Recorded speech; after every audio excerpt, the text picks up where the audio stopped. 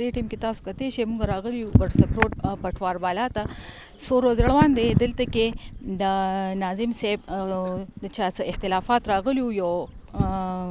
کس شهید کړی شوی و چې د هغې الزام دروغ بیانۍ نه او د دې هر څه نه ډېرې زیاتې روانې او ګډې وډې خورېږي. شکر دی د دوی نن ډېره خوشسلوبۍ سره روغه وشوه. دلته کې دا درانه مشران موږ سره موجود دي. دې حوالې سره به موږ دوی سره خبرې اترې کوو. ټول ملګري دلته چې راغلي دي دا واقعیا په 29/11 باندې 2024 کې شوې وه چې دا زموږ یو ډېر خوږ دوست صدام حسین چې د ظهور زوی دی او چونکې دا کامران او د ناظم عمران د شروع نه یعنې د 10-15 کالو نه ډېره ښه دوستي او دغه وه. نو د دې حادثې په ورځ باندې چونکې چې دا چا راپورټ کړی دی هغه پوه شوی نه دی. هغوی په ناظم صاحب باندې عمران صاحب باندې چې کوم دی نو FIR وکړو او د هغې ته تفتیش لپاره چې کوم دی نو زموږ یو کشر د جبهه‌دوزۍ د اکبرپورې اوسېدونکی کامران یو مشوم بچی دی د 24-25 سال عمر کې دی خو هغه پکې ډېر زیات ښکلي کردار ادا کړ چې د دې پلار ته کېناستو چې دا صدام خو ما سره د 14 کالو نه زما ملګری و او د دې ناظم صاحب هم چې کوم دی نو ملګری و. نو دا څنګه کېدی شي چې خپل دوست وژني؟ نو هغه د دې زړه د صفایي دپاره دې پکې ډېر غټ کردار ادا کړو او نن ماشاءالله موږ چې دې ځای کې رایوځای شوي د هغې د زړونو صفایي وشوله او ظهور صاحب چې کوم دی نو د زړه نه بلکې هغه د زړه نه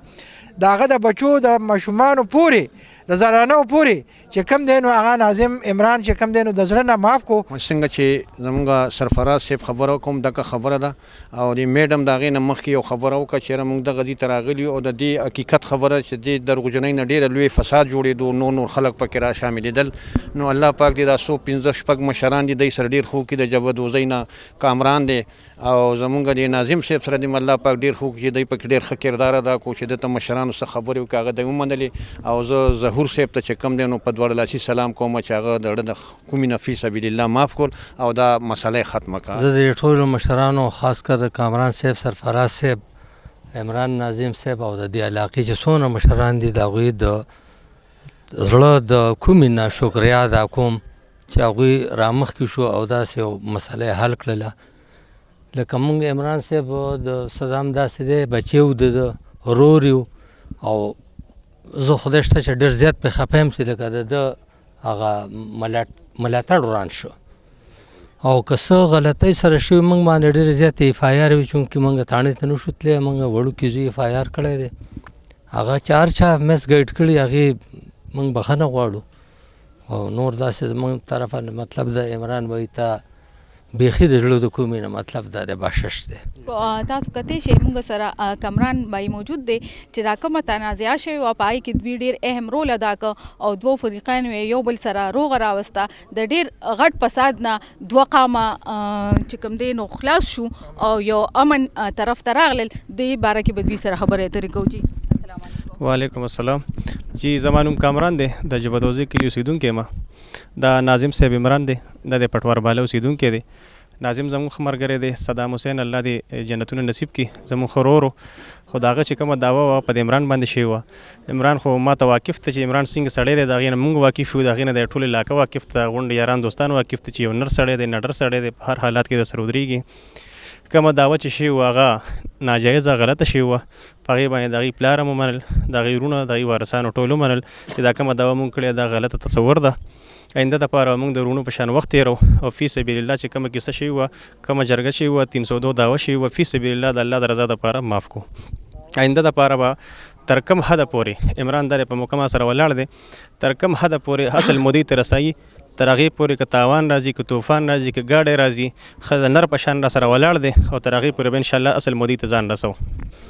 زه خو کامران وایي دا زما ورور هم دی صدام هم زما ورور و زه ډېره شکریه ورکوم دې مشرانو ته هم ټولو ته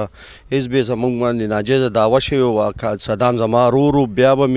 مې اوس نو بیا هغه پلار دغه وکړو چې دا ناجیزه دعوه شوې ده. تاسو له الله پاک یو ډېر ښکلې پرامنه روغه وکړله دوی او یو داسې موقع تاسو ته ترلاسه شوه چې د ډېرو حادثو نه بچ شوې څه ویل غواړئ؟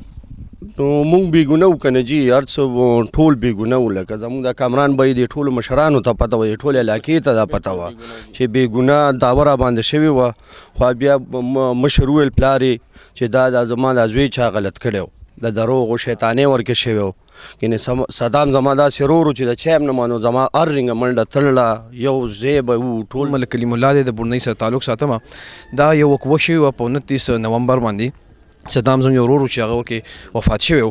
او په هغې کې د هغې یو کشر ورور و چې هغه په غلطفهمۍ کې په عمران ناظم باندې د پټوار بالا چې دا کوم ناظم دی عمران په دوی باندې دعوه شوې وه نو په هغې کې الحمدلله زموږ د علاقه کې داسې مشران شته دی چې د جبهدوزۍ نه سرفراز لالا دی د بورنۍ کلي نه جنرال کونسلر حمید ګل حاجي صاحب دی او زموږ د بورنۍ فخر ناظم الحاج وحید الله خان دی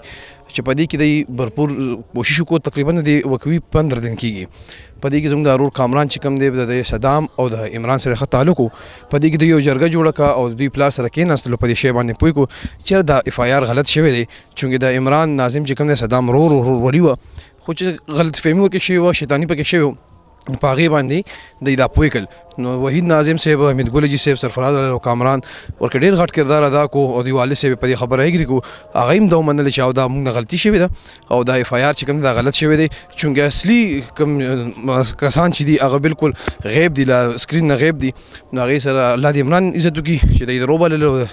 دا جرګه کامیابه شوه او په 15مه ورځ باندې دا روغه وشوه کلي ناظم وحید الله خبرې کوم جي دا عمران الله ناظم دا زمونږ ورونه دي دا زمونږ ملګري دي صدام الله دې وبخي دا هم زمونږ ورور به او د دې خبرې دوره وخت نه کېږي نن به له 20 ورځې کېږي خو د دې د غلط فهمۍ د وجې پکې مونږ را مخکې شو ډېر غټ زور هم پکې لګولی او د دې بېګونهي هم ورته ثابت که